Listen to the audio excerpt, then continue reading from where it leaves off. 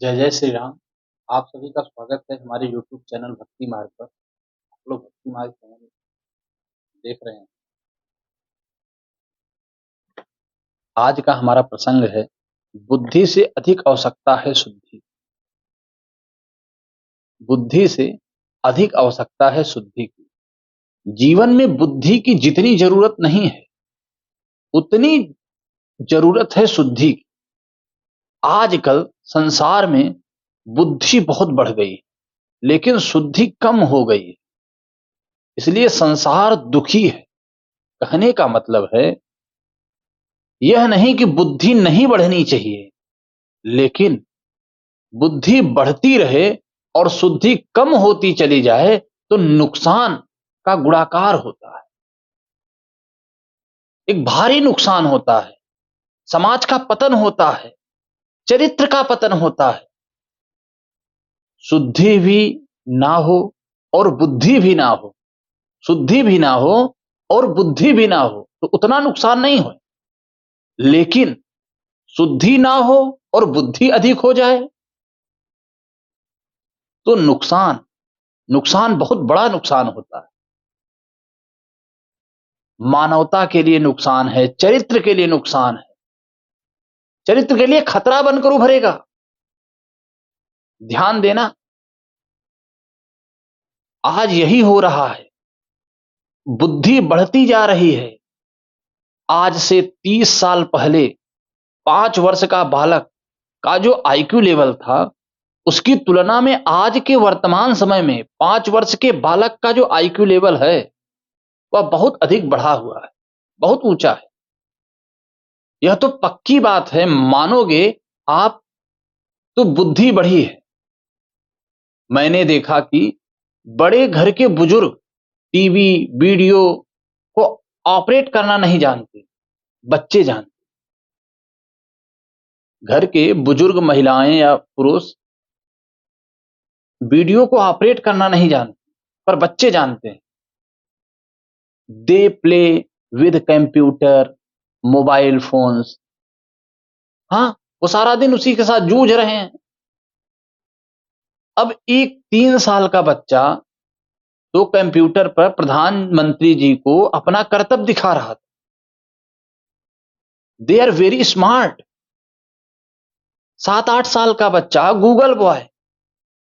जैसे जैसे समय बढ़ता जाएगा बुद्धि भी बढ़ती चली जाएगी, लेकिन बुद्धि के साथ साथ यदि चरित्र की शुद्धि नहीं बढ़ी तो बुद्धि बड़ी खतरनाक सिद्ध होगी। इसलिए समय रहते समाज को, शासन को, सबको मतलब चैतन्य होना पड़ेगा, एक्टिव होना पड़ेगा, वरना बहुत भारी नुकसान नुकसान का गुणाकार होगा। रावण कोई कम बुद्धिमान नहीं था। रावण जो था वो कोई कम बुद्धिमान नहीं था। वेदों को स्वर देने वाला दशानन, प्रकृति के समस्त ग्रहों को अपने अधीन कर रखा था। शनि को अपने पैरों के नीचे दबा के रखता था, बृहस्पति को बंदी बना लिया था। उसका जो पुत्र था ना मेघनाथ, वह इंद्र को जीत लिया, इसलिए उसका नाम ही पड़ गया इंद्रजीत।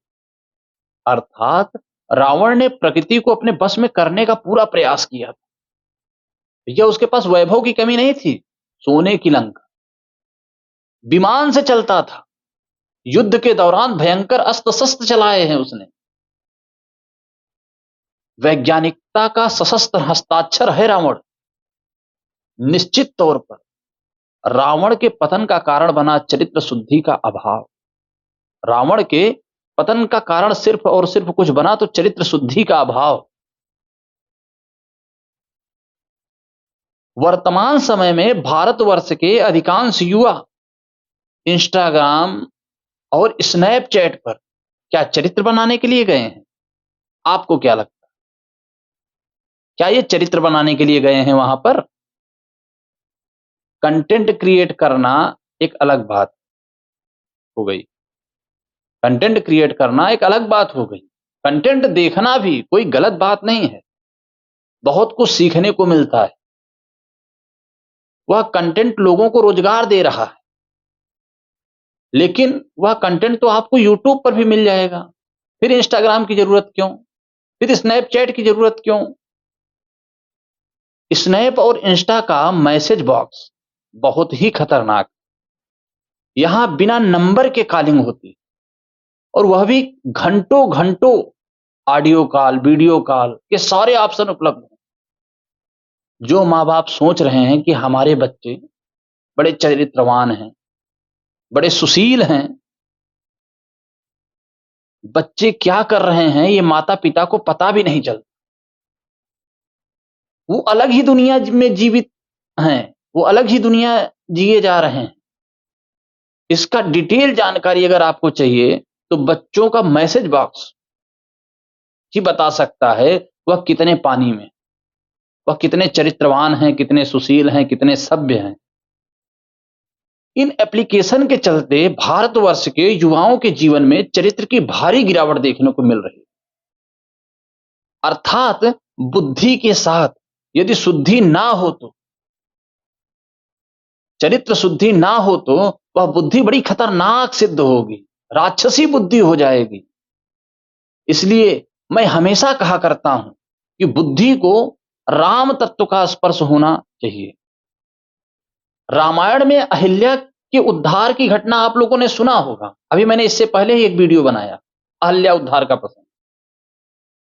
अहिल्या के उद्धार की घटना से यह बात सामने आती है कि माता अहिल्या बुद्धि का प्रतीक है, लेकिन जब तक राम तत्व का स्पर्श नहीं पाया तब तक वह अहिल्या शल्या बनकर पड़ी रही। उपल देह धरि धीर, अहिल्या का अर्थ वहां पर जड़ता है। अहिल्या का अर्थ जड़ता। वह बुद्धि जड़ है, चाहे कितनी भी ऊंची क्यों ना हो, चाहे कितनी भी सुंदर क्यों ना हो। अहिल्या बड़ी सुंदर थी, उस समय में कोई जवाब नहीं था अहिल्या की सुंदरता का। बुद्धि कितनी भी ऊंची क्यों ना हो, बुद्धि कितनी भी सुंदर क्यों ना हो, लेकिन यदि बुद्धि को राम तत्व का स्पर्श नहीं मिला, बुद्धि को राम तत्व का स्पर्श नहीं है, तो बुद्धि जड़ता को प्राप्त हो जाएगी, और राम तत्व का स्पर्श प्राप्त हुआ तो जड़ता छोड़कर चैतन्य हो जाएगी। इसलिए प्रत्येक व्यक्ति को चाहिए कि अपनी बुद्धि में राम तत्व को स्थापित करे।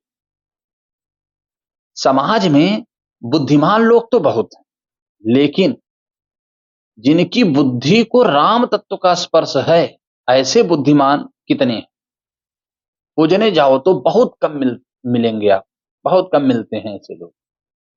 हमारे ऋषि मुनि भी बड़े विद्वान थे। आप अणु भाष्य पढ़िए, ब्रह्म सूत्र पर श्री वल्लभाचार्य जी ने लिखा है ब्रह्म सूत्राणु भाष्य, उसको कहते हैं अणु भाष्य। अणु भाष्य आप उठाइए और पढ़िए, साधारण लोगों का काम नहीं है। कम बुद्धिमान नहीं थे हमारे ऋषि मुनि, लेकिन उनकी बुद्धि को इसलिए हम वंदन करते हैं कि उनकी बुद्धि को राम तत्व का स्पर्श भी है, परम तत्व का स्पर्श है। भगवान कृष्ण गीता में कहते हैं ददामि बुद्धि योगम तम एन माम उपायन्ति ते। बुद्धि के साथ साथ जहां योग शब्द लग गया, वहां उसका अर्थ सांख्य में है, सांख्य से है। वहां उसका अर्थ सांख्य से है, ज्ञान से है। सांख्य बुद्धि, केवल बुद्धि में जानकारी होती है ऐसा नहीं, उसके साथ साथ ब्रह्म का स्पर्श, राम का स्पर्श, वह जानकारी को ज्ञान में परिणित कर देता है। जब तक जानकारी में राम का स्पर्श नहीं है, तब तक वह जानकारी ज्ञान नहीं कहलाती, वो बुद्धि की शुद्धि नहीं हो। इस प्रकार से जब भगवान राम ने अहिल्या का स्पर्श किया तो उनके हृदय में ज्ञान जागृत हुआ, और जब ज्ञान जागृत हुआ तब वह प्रभु की स्तुति गाना शुरू किया।